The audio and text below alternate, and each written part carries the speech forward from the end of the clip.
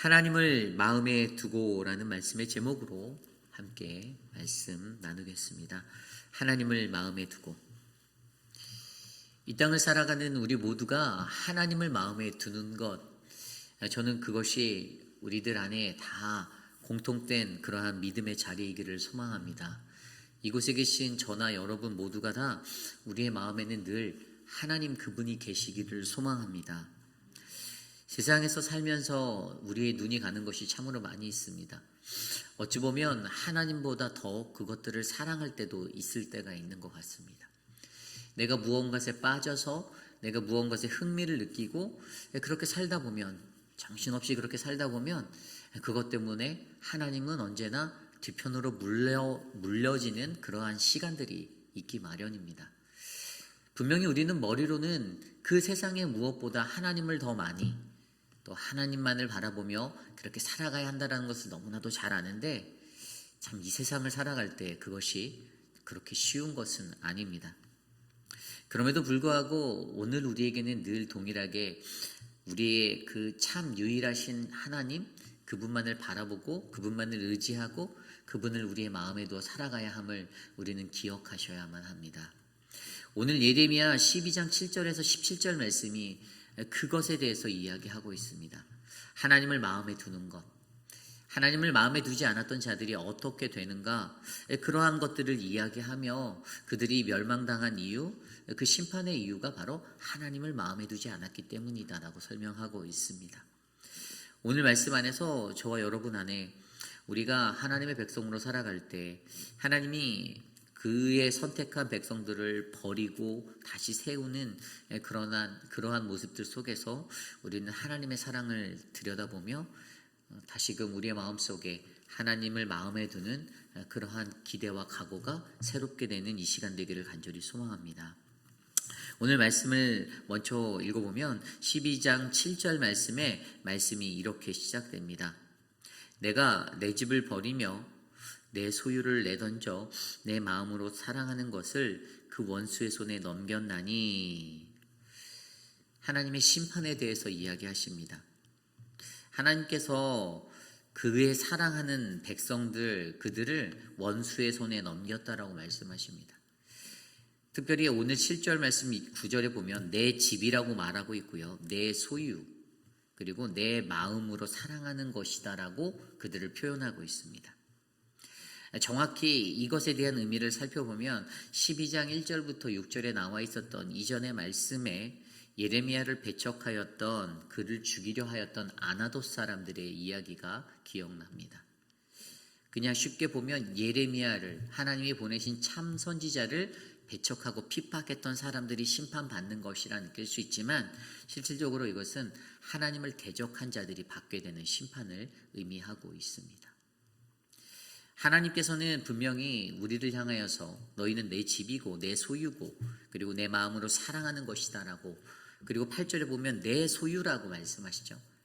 하나님의 것, 우리에 대한 하나님의 사랑이 어떠한지를 느껴볼 수 있는 단어들이 보여지고 있는데요, 그것을 통해서 하나님께서 여전히 우리를 사랑하시지만 하나님께서는 분명히 그들이 죄를 범하고 악한 길에 섰을 때는 하나님이 심판으로 그것을 이루신다라는 사실을 우리에게 알게 합니다.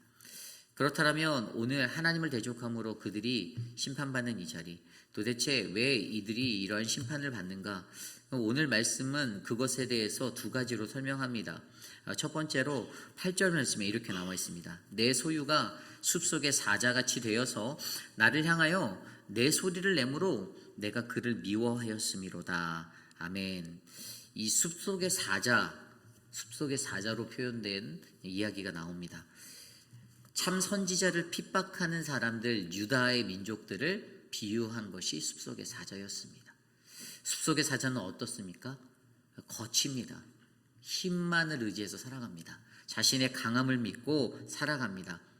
그런데 그들은 숲속의 사자처럼 살아갈 때에 무엇이 진리인지는 잘 분별하지 못합니다. 참 선지자로 보낸 예레미야가 있음에도 예레미야의 진가를 알아보지 못하고 다른 것으로 자꾸만 그를 핍박합니다. 이것이 아까 설명드린 대로 하나님을 대적함, 적 그리스도의 행동들이다라고 우리는 이해할 수 있습니다. 하나님을 대적하는 것, 선지자를 핍박함으로 또는 예수를 잘 믿는 사람들을 핍박함으로 바른 하나님의 말씀대로 살아가고자 몸부림치는 그리스도인들을 핍박하는 것들을 가리켜서 우리는 적그리스도인의 모습이다라고 설명합니다. 하나님을 대적하는 것, 그러한 모습이 어떻게 됩니까? 결국에는 하나님의 심판으로 그들을 이끌었다라는 것입니다. 내가 하나님을 잘 믿었는데 하나님이라는 그 목적이 정확히 있는데도 불구하고 우리가 신앙생활을 하면서 일상에서 예수를 잘 믿기 위해 애쓰는 형제 자매들을 핍박할 때 나의 시기와 질투와 내 안에 만연한 이기심으로 말미암아 그 열심히 믿는 누군가 다른 동역자들을 핍박할 때에도 이러한 것은 동일하게 적용되는 것입니다. 내가 사람을 핍박하는 것이 아니라 바로 저가 붙잡고 있는 그 하나님을 내가 대적하고 핍박하는 것이다라고 이해하셔야 해요. 그러므로 오늘 이 시대를 살아가는 저와 여러분들에게도 숲속의 사자와 같이 되지 않기를 소망합니다. 하나님을 대적하는 것이 아니라 열심히 주의 거룩한 하나님의 말씀대로 살아가고자 몸부림치는 참 선지자와 같은 사람들을 핍박하는 것이 아니라 그들을 존중하고 잘 구별하여서 올바른 하나님의 말씀들을 바로 들으시는 우리 모두가 되기를 소망합니다. 이 두 번째는 9절 말씀에 나와 있는데요. 내 소유가 내게 대하여 문이 있는 매가 아니냐? 매들이 그것을 에워싸지 아니하느냐? 너희는 가서 들짐승을 모아다가 그것을 삼키게 하라라고 말합니다. 여기에서는 유일하신 하나님을 의지하지 아니하는 그들의 모습을 보여줍니다. 좀 더 쉽게 말하면 혼합주의적 종교 의식을 가지고 살아가는 자들을 말하는 거예요. 이 혼합주의라는 것이 무엇입니까? 이것은 서로 다른 것을 조화시키려고 하는 것입니다. 합치려고 하는 거예요. 그러니까 다른 것을 하나로 만드는 것은 쉬운 것이 아니죠. 그런데 이 복음에 있어서 이것이 왜 위험한가 하면 하나님이 주신 참된 진리의 복음이 희석되어질 수 있고 변질되어질 수 있다는 위험성을 가지고 있습니다. 그 시대 때 그 사람들 안에 만연해 있었던 것은요, 유일하신 하나님만을 보고 살아가야 하는데, 좀 전에 읽었던 말씀에 나온 것처럼 문이 있는 매들이 그것을 에워쌌다. 그러니까 문이 있는 매가 있는데 그 주변을 에워싼 다른 매들로 인해서 이게 섞여버리게 되고 뒤섞여버리는 그러한 것들을 우리에게 말하는 겁니다. 그들이 가지고 있는 그러한 종교 간의 어떤 무너짐이 일어나는 거죠.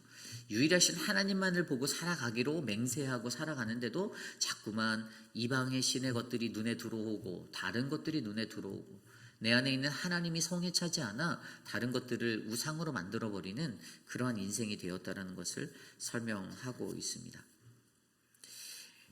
우리가 성경을 들여다보면요, 이 성경 안에도 그러한 이야기들이 많이 나오고 있죠. 우리가 잘 알고 있는 창세기 12장에 나와 있는 아브라함의 이야기. 근데 우리가 아브라함의 조상이 누구다라고 알고 있습니까? 하란에 살던 그 데라라는 사람이잖아요.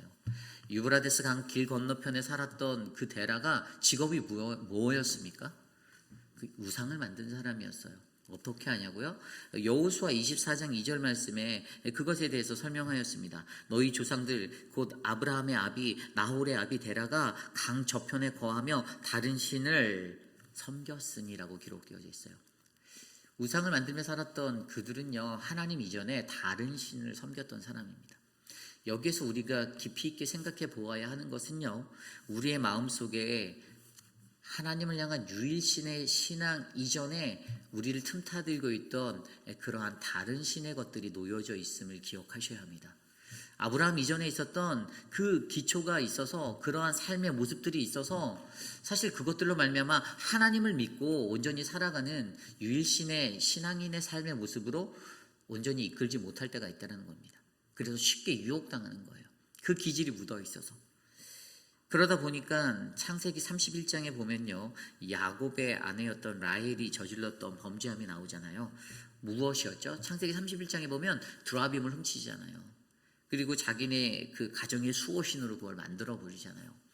인간의 틈타 있었던 그러한 종교적인 혼합주의의 그 기질과 성격들, 다른 신을 섬겼던 그 기질들이요, 하나님을 믿으면서도 은근슬쩍 드러나는 거예요. 그래서 그러한 모습들 때문에 어떻게 해요? 그들의 삶 속에서는 날마다 유일하신 하나님의 선민으로 선택받았음에도 불구하고 자꾸만 자신의 삶 가운데 다른 것들이 자신을 덮어버리고 틈타들게 만드는 겁니다. 그래서 종교적 혼합주의적인 사상들이 우리들의 삶 가운데 일어나게 되는 거예요. 이 신학자 폴 틸리라는 사람이 있습니다. 그런데 그가 주장했던 신학 사상 중에 가장 두드러진 것이 하나가 뭐냐면 이 종교 간의 대화를 말해요. 종교 간의 대화. 여러분, 종교 간의 대화가 필요하다고 보십니까? 좀 필요는 해요. 대화해야죠. 그런데 여러분, 이게요, 이 얼마나 선을 많이 무너뜨리고 넘어서는 줄 아세요? 제가 나온 신학교, 뭐 여러분들 아시겠지만 세상에 많은 신학교 중에 저는 이제 한국 신학교 한신을 나왔잖아요. 저희 신학교도 제가 학교 다닐 때 신학교 다닐 때 늘 종교 간의 대화를 그렇게 주장하셨어요. 교수님들이 종교 간의 대화. 그래서 저희 그 수유리, 강북구 수유동에 있는 수유리 캠퍼스에 신대원이 있는데 그 수유리 캠퍼스 바로 위에 화계사라는 절이 있습니다. 그래서 저희 그 학교는 그 연례 행사 중에 하나가 그쪽 스님들하고 가끔씩 1년에 한 번씩 축구를 하고 절밥도 얻어먹고, 근데 이제 뭐 그렇게 할 수 있지만 이것들이 어느 선을 넘어가면 어떻게 되냐면 너무나도 많은 포용으로 가버려요. 그것은 뭐냐면 복음에 관한 기준이 무너지게 된다라는 거예요. 종교 간의 대화, 그게 이제 어느 정도 선을 넘어갈 때에는 이제 온전한 하나님의 복음으로 우리 안에 세워지는 것이 아니라 정말로 이것들에 대한 질서가 무너지고 어그러지는 삶의 상태로 우리를 이끌러 간다는 거예요. 그래서 그 사람들이 계속 외치는 게 뭐예요? 에큐메니컬, 뭐 이런 거 외치잖아요. 근데 사실 이것도 다 변질되어서 그들이 가졌던 이 모든 것들이 다 무너지게 되었거든요. 결국에 중요한 것은요, 종교적 혼합주의, 뭐 종교 간의 대화를 말한다, 뭐 이런 여러 가지 것들. 물론 믿는 하나님의 백성으로서 세상을 향하여 포용력을 가지고 다른 이들도 복음의 자리로 인도하고 하나님의 복음이, 선명한 복음이 당신에게 구원이 됨을 선포하는 것이 우리에게 중요하지만, 그럼에도 불구하고 하나님의 그 복음이란 참된 진리를 흐트러뜨리게 만드는 이 혼합주의를 무방비하게 받아들이는 인생은 오히려 하나님의 복음을 적 그리스도의 복음으로 만드는 자리가 된다는 사실을 기억하셔야 됩니다. 그래서 오늘 이 남유다의 백성들에게는 이것이 만연하였다는 거예요. 이 두 가지를 지적해요. 숲속의 사자됨과 문이 있는 매같이 되었다. 참신자를 핍박하는 유다인들의 성품의 모습들을 숲속의 사자, 그리고 유일신을 의지하지 않고 혼합주의적 종교 사상을 가지고 살았던 이 유다인들의 모습들을 가지고 하나님은 그것을 지적하며 이야기하고 있습니다. 그래서 11절에 뭐라고 나와 있냐면요, 그들이 이를 황폐하게 하였으므로 그 황무지가 나를 향하여 슬퍼하는도다. 온 땅의 황폐함은 이를 마음에 두는 자가 없음이로다 라고 말하고 있습니다. 하나님을 마음에 두는 자가 없습니다. 하나님을 대적하고 하나님을 밀어내고 하나님을 희석시키는 자는 있습니다. 그런데 하나님을 그들의 마음에 두는 자가, 온전히 두는 자가 없기 때문에 어떻게 해요? 그들이 10절 말씀대로 많은 목자가 내 포도원을 헐며 내 몫을 짓밟아서 내가 기뻐하는 땅을 황무지로 만들었다. 황폐케 될 것, 그 하나님의 심판에 대해서 이야기해 주고 있습니다. 오늘 저와 여러분도요, 예수 그리스도를 믿는 신자로 살아간다라고 말하고 살고 있습니다. 여러분들 스스로가 여러분들 스스로의 삶을 돌아보십시오. 나에게는 참 신자를 핍박하는 거짓된 유다인들의 모습이 없는가? 나에게는 유일하신 하나님을 의지하지 않고 세상의 모든 것들과 이 복음을 함께 믹스해서 믹서기와 같은 인생을 살고 있진 않은가? 점검해 보셔야 합니다. 하나님을 바라보고 하나님만 따라 살아가야 하는데 자꾸만 우리의 시선이 세상을 향하고 다른 것을 향하고 우리가 자꾸만 그 안에서 복음이라는 그 핵심적인 것들을 희석시켜버리고 놓칠 때 우리는 하나님의 거룩한 복음을 선포해야 할 하나님의 거룩한 성전, 교회로서의 사명을 잃어버릴 수 있게 됨을 기억하셔야 합니다. 그렇기 때문에 이것이 중요합니다.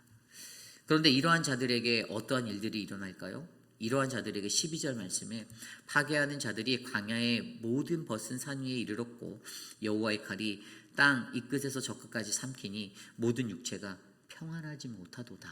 아멘. 평안이 사라진다라고 말합니다. 평안이 없어요. 세상 거 붙잡고 내가 생각하는 대로 그렇게 내 마음대로 살아가면 내가 잘 될 것 같고 내가 흥할 것 같고 그런데 그렇지 않다라는 거예요. 평안이 사라진다라고 말합니다. 돈은 있고 지위는 있고 권력은 있고 다 갖춘 것 같은데 무언가 빠져 있는데 가장 중요한 것 하나님의 평안이 그들에게 없습니다. 그것을 기억하셔야 합니다. 그리고 또 무엇이 나옵니까? 13절 말씀에 이렇게 나와 있습니다. 무리가 밀을 심어도 가시를 거두고 수고하여도 소득이 없은즉 그 소산으로 말미암아 스스로가 수치를 당하리니 이는 여호와의 분노로 말미암음이라. 아멘. 이게 뭐예요? 모든 수고가 헛되게 된다는 거예요. 당시 남유다 사람들이요 어떻게 살았을까요? 바벨론이라는 제국이 북방에서 가장 강성한 제국으로 그 제국으로 이제 아수르 다음에 뛰어 올라와서 이제 아웃스탠딩 하고 있는 그 상황에서 그들은 예전의 강국이었던 애굽이라는 나라를 붙잡고 친애굽 정책을 펴서 나아갔어요. 어떤 걸까요? 잘못된 동아줄을 잡은 거죠. 썩은 동아줄을 잡았죠. 줄을 잘못 썼어요.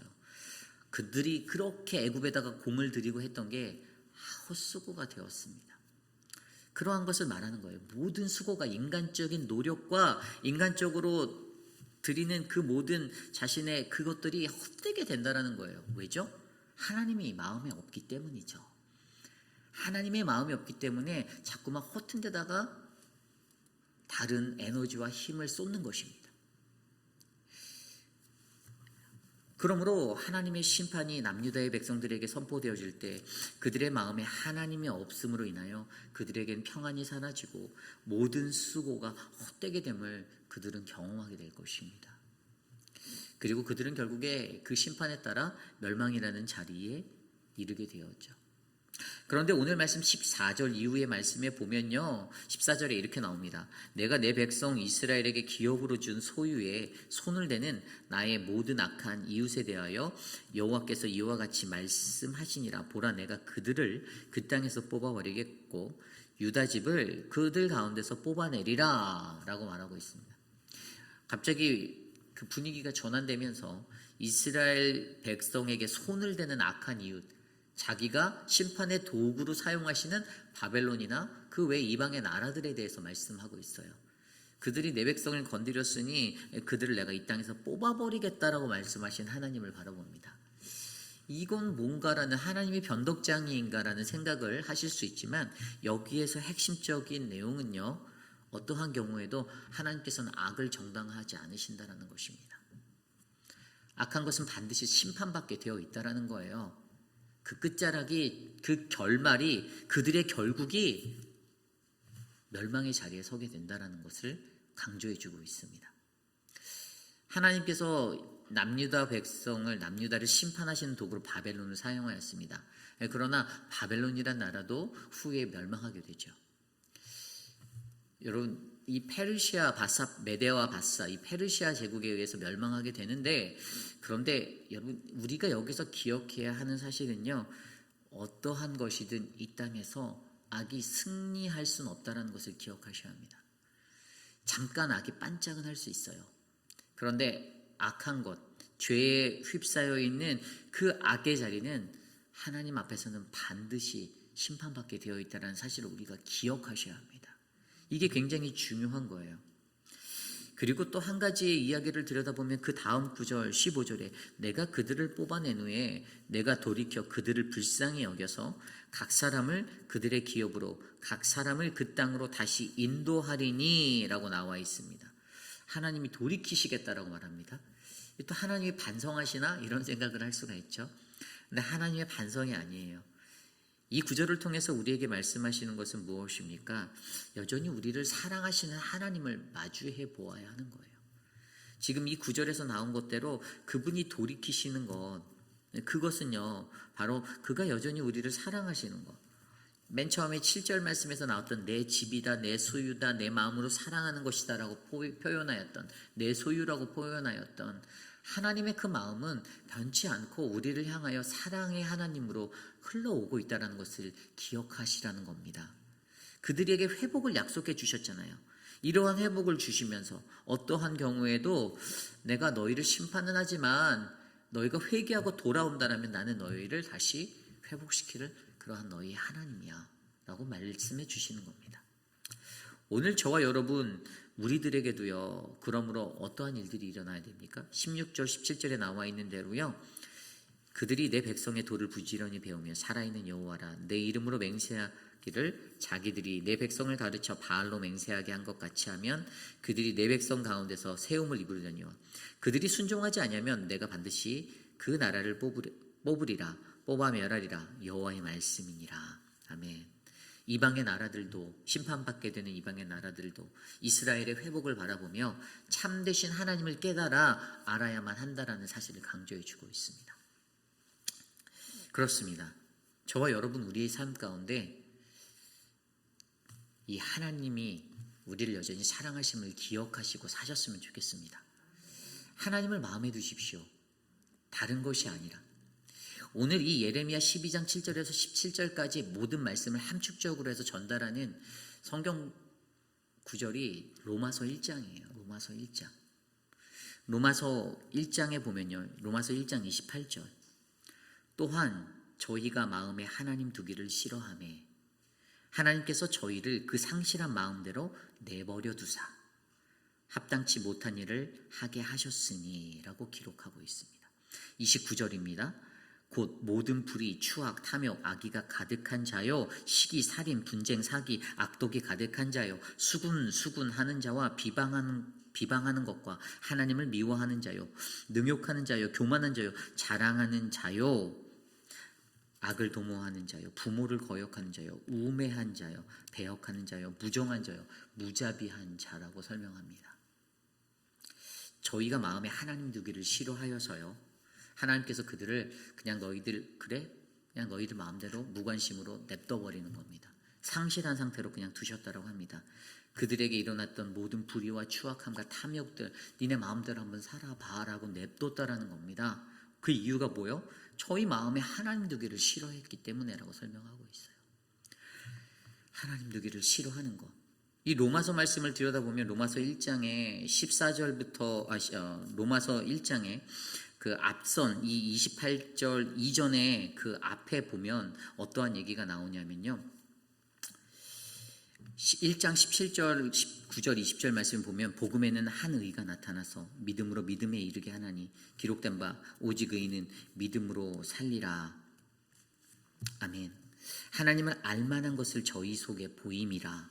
하나님께서 이를 저희에게 보이셨느니라. 창세로부터 그의 보이지 아니하는 것들 곧 그의 영원하신 능력과 신성이 그 만드신 만물에 분명히 보여 알게 되나니 그러므로 저희가 핑계치 못할지니라. 아멘.